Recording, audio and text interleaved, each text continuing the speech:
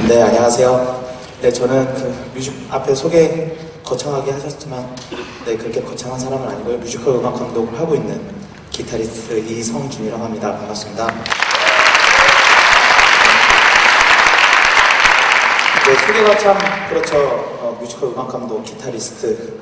네, 실은 돈과 명분이 되는 일이면 다 합니다. 제가 잠깐 광고를 하자면, 요즘에는 이문세 콘서트를 맡고 있기도 하고요. 뮤지컬 삼총사의 음악 감독을 맡고 있기도 합니다. 많이 들어와 주세요. 네, 이렇게 진심으로 귀한 자리를 초대해 주셔서 정말 감사드리고, 제가 어떤 얘기를 해야 되는지 너무 많은 고민을 했습니다. 그 중에 제가 우리나라가 남의 나라 땅을 자기네 땅이라고 우기는 일본처럼 선진국이라는 표현을 언제 정말 제대로 받을 수 있을까라는 고민을 되게 많이 하게 됐는데요.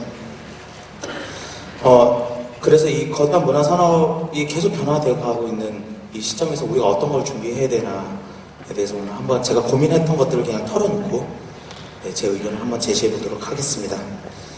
정확하게 제가 1년 전쯤에 제가 오랫동안 갖고 있었던 제 철학이 바뀌었습니다. 어떻게 바뀌었냐면, 아까 좀 전에도 말씀드렸다시피 이 세상에는 천재는 없다라고 제 철학이 바뀌어서 그날은 되게 슬펐던 날이었는데요. 작년 딱 이맘때였습니다. 제가 뮤지컬 모차르트라는 작품을 하게 되었습니다. 거기서 음악 감독을 맡았는데, 거기서 또 우연치 않게 가사도 쓰게 되었어. 모차르트가 지금까지 썼던 편지, 모차르트가 남겼던 유서, 그리고 일기, 그리고 모차르트에 대한 설 같은 책들을 되게 많이 읽게 되었는데 되게 놀라운 사실을 발견했습니다. 여러분들 모차르트 하면 어떤 단어가 떠오르시나요? 네, 천재라는 단어가 되게 많이들 귀에 익으시죠. 분명히 모차르트는 천재라는 수식어가 아깝지 않을 정도로 정말 많은 사람들이 생각하는데, 아마도 저는 또는 모차르트는 그렇지 않다고 생각할 겁니다. 모차르트의 누나인 난넬 모차르트의 일기에 써있듯이 그는 4살 때부터 피아노와 작곡 교육을 아버지한테 엄격하게 받았어요. 약 10시간 정도로, 매일매일 10시간 정도 걸려서 레슨을 받고 연습을 하고 그리고 훈련을 받았습니다. 아무래도 20년 동안 그렇게 받으면서 그는 아버지와 마찰이 없을 수가 없겠죠. 그래서 고향인 짤츠부르크를 버리고 빈으로 상경합니다. 아버지는 싫어요 하고 떠납니다. 그래서 빈에서 이제 음악회를 열어서 자기가 연주할 곡을 소개를 하면서 연주를 합니다. 곡 소개로. 자, 이 곡은 제가 사랑하는 아버지가 작곡했던 곡입니다. 연주하겠습니다 하고 멋지게 연주했습니다. 연주가 끝난 후에 빈에서 가장 유명했던 음악 교수가 모차르트한테 와서 얘기합니다.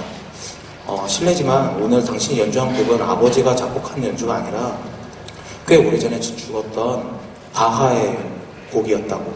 그리고 당신이 짤츠부르크에서 제일 잘하는 연주자일지는 몰라도 이 빈에서는 당신같이 연주하는 사람이 너무 많으니 자만하지 않았으면 좋겠다. 그리고 열심히 공부했으면 좋겠다라는 얘기를 했습니다. 모차르트는 그날 되게 많은 실망을 했습니다. 그리고 되게 많이 화가 났습니다. 아무래도 아버지가 모차르트에게 거짓말을 한 겁니다. 20년 동안. 자기의 음악적 재능을 남들한테 인정받지 못하니까 자기 아들한테라도 인정받고 싶어서 의욕에 앞서서 거짓을 한 거죠. 그로 인해서 그래서 그의 탤런트나 재능 같은 것들은 다 아버지 위해서 만들어졌다는 걸 그날 알고 많이 슬퍼했습니다. 하지만 그런 계기로 인해서 그는 더 많은 작곡을 하고 더 열심히 공부하고 그래서 더 좋은 곡들, 주옥 같은 명곡들을 남기기 시작했습니다. 이런 토대로 해서 저도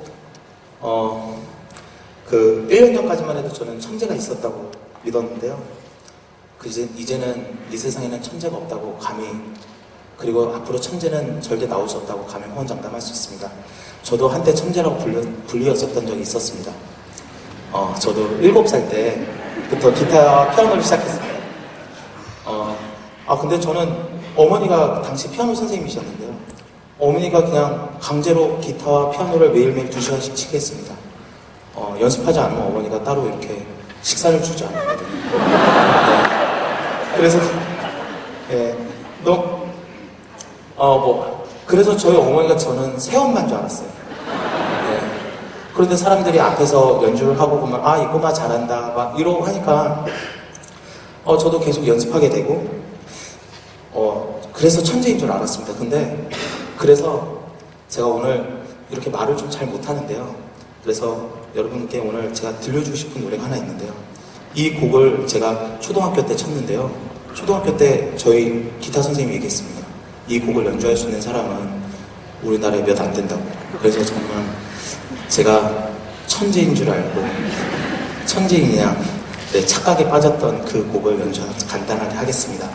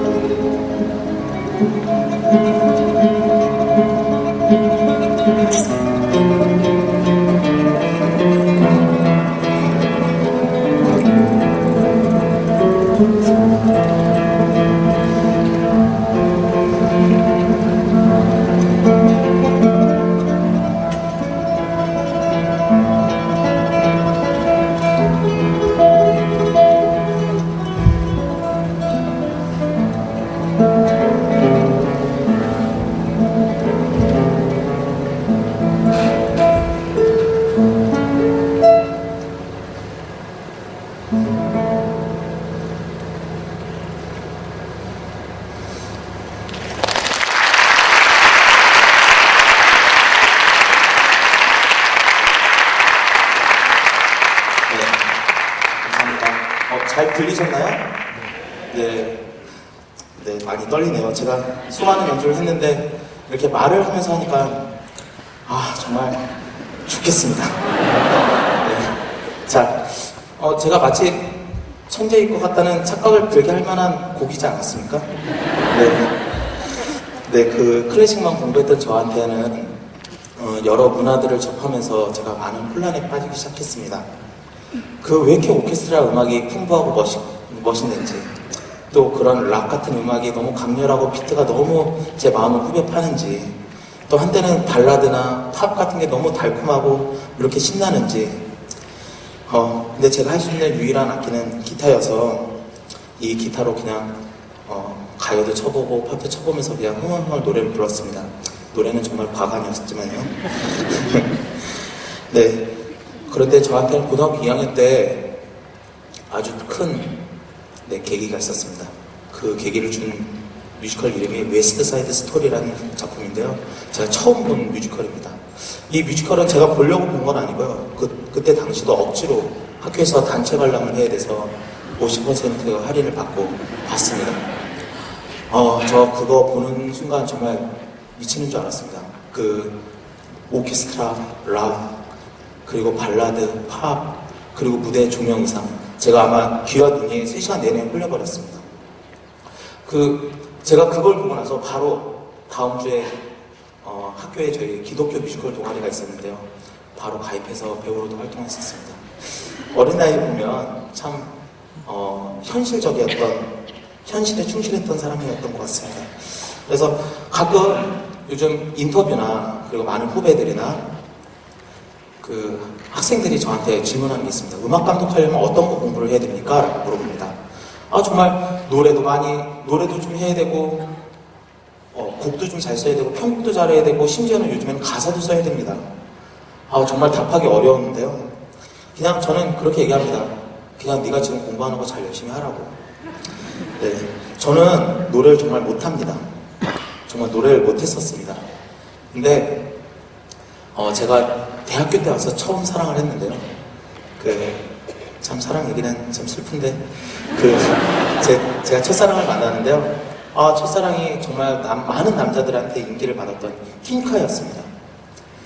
근데 제가 그 퀸카가 너무 이뻐가지고 맨날 쫓아다녔어요. 10개월 동안.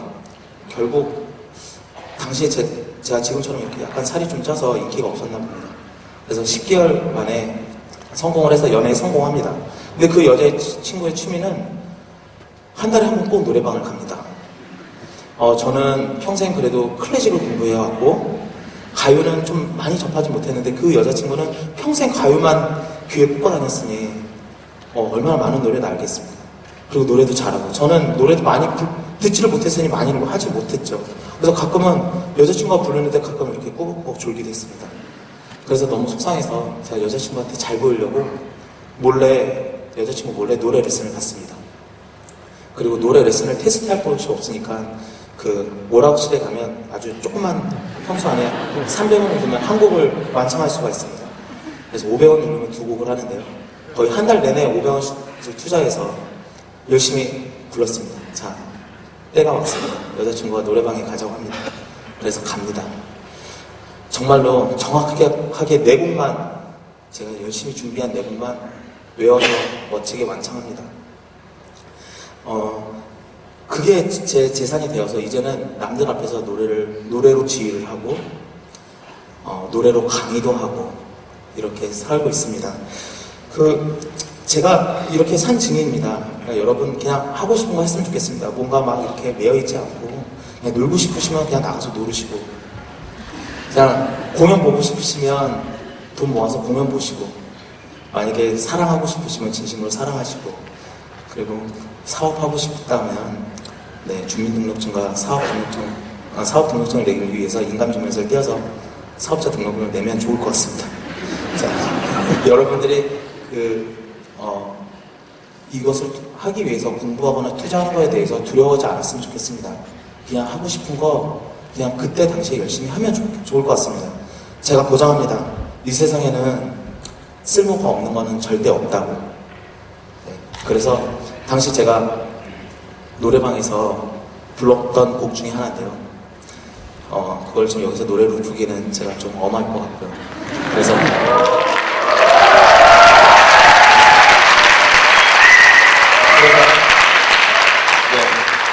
제가 이번에는 한번 그때 잠깐 그냥 방에서 혼자 저도 클래식을 하지만 클래식 기타고 그리고 뮤지컬 같은 것도 좋아하고 하지만 저도 사람인지 가요를 좋아하는 가요를 연주를 했었는데요. 그때 당시 그냥 혼자 방에서 가요를 쳤던 것 중에 하나를 한번 간단하게 들려드리겠습니다.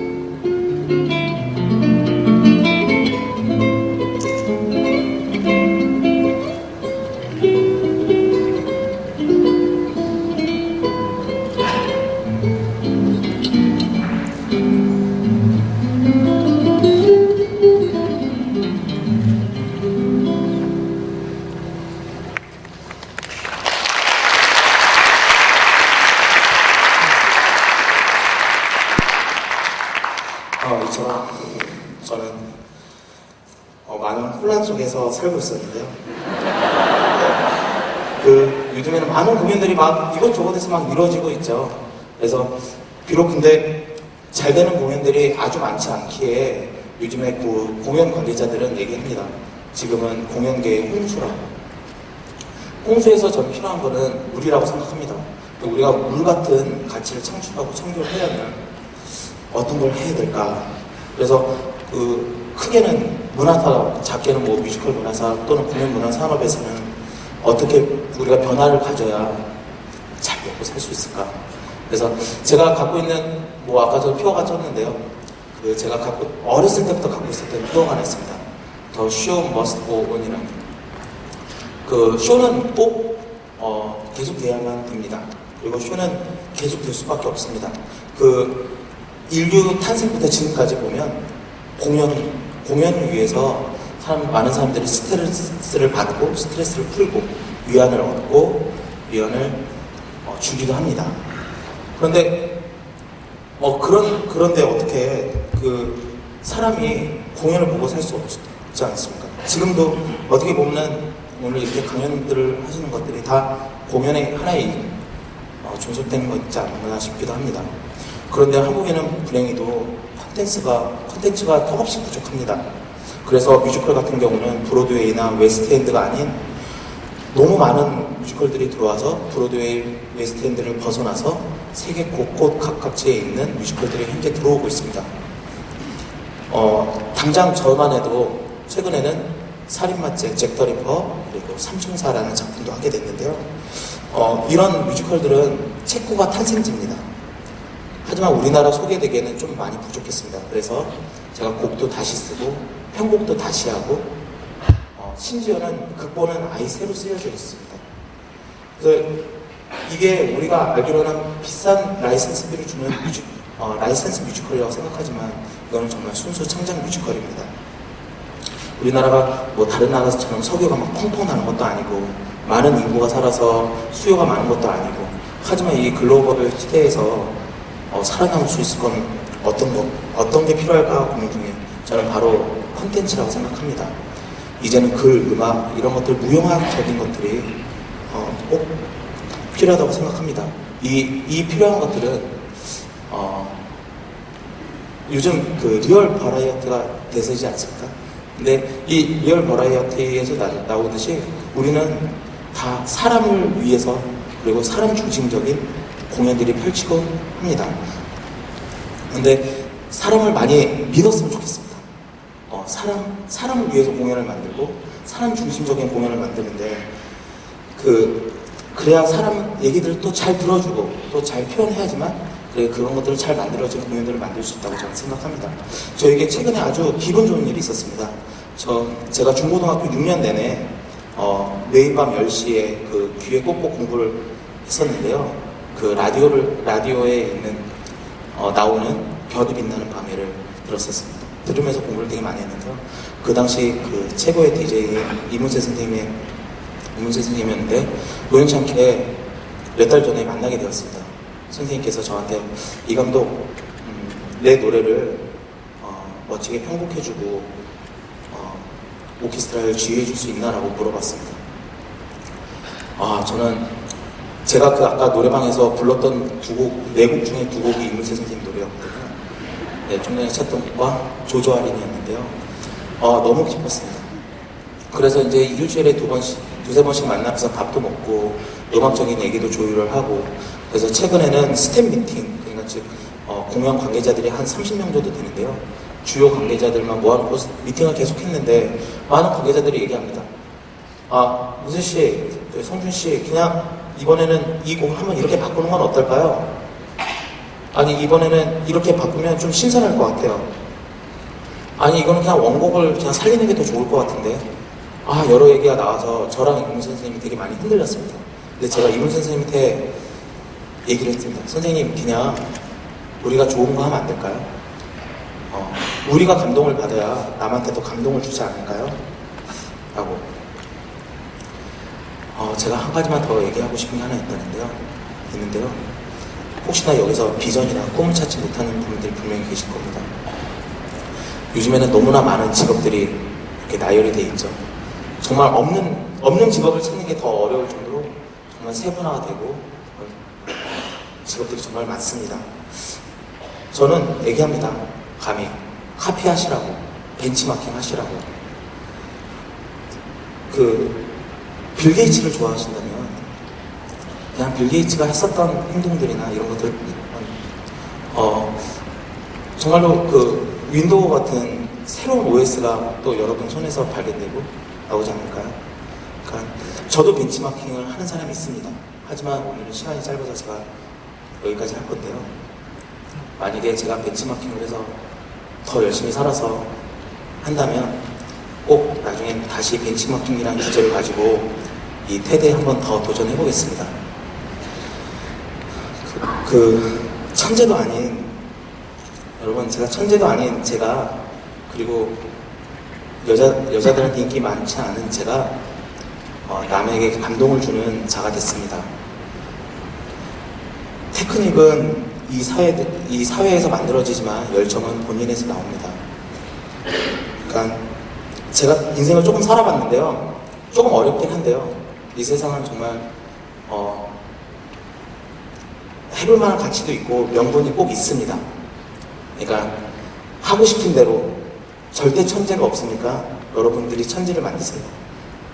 그래서 하고 싶은 대로, 때로는 카피도 하시고 그냥 열정대로 살아가신다면 정말 더 우리나라가 남의 나라를 우기는 일본처럼 더 선진국을 뛰어넘어서 선진국이 되지 않을까 저는 예상이 됩니다. 그래서 제가 마지막으로요, 제가 말을 잘 못했잖아요. 그래서 제가 마지막으로 제가 갖고 있는 모든 걸 다 쏟아내고 가겠습니다. 제가 약 2분 동안 마지막 곡을 연주하겠습니다. 오늘 이렇게 귀한 자리에 초대해 주셔서 감사합니다. 감사합니다.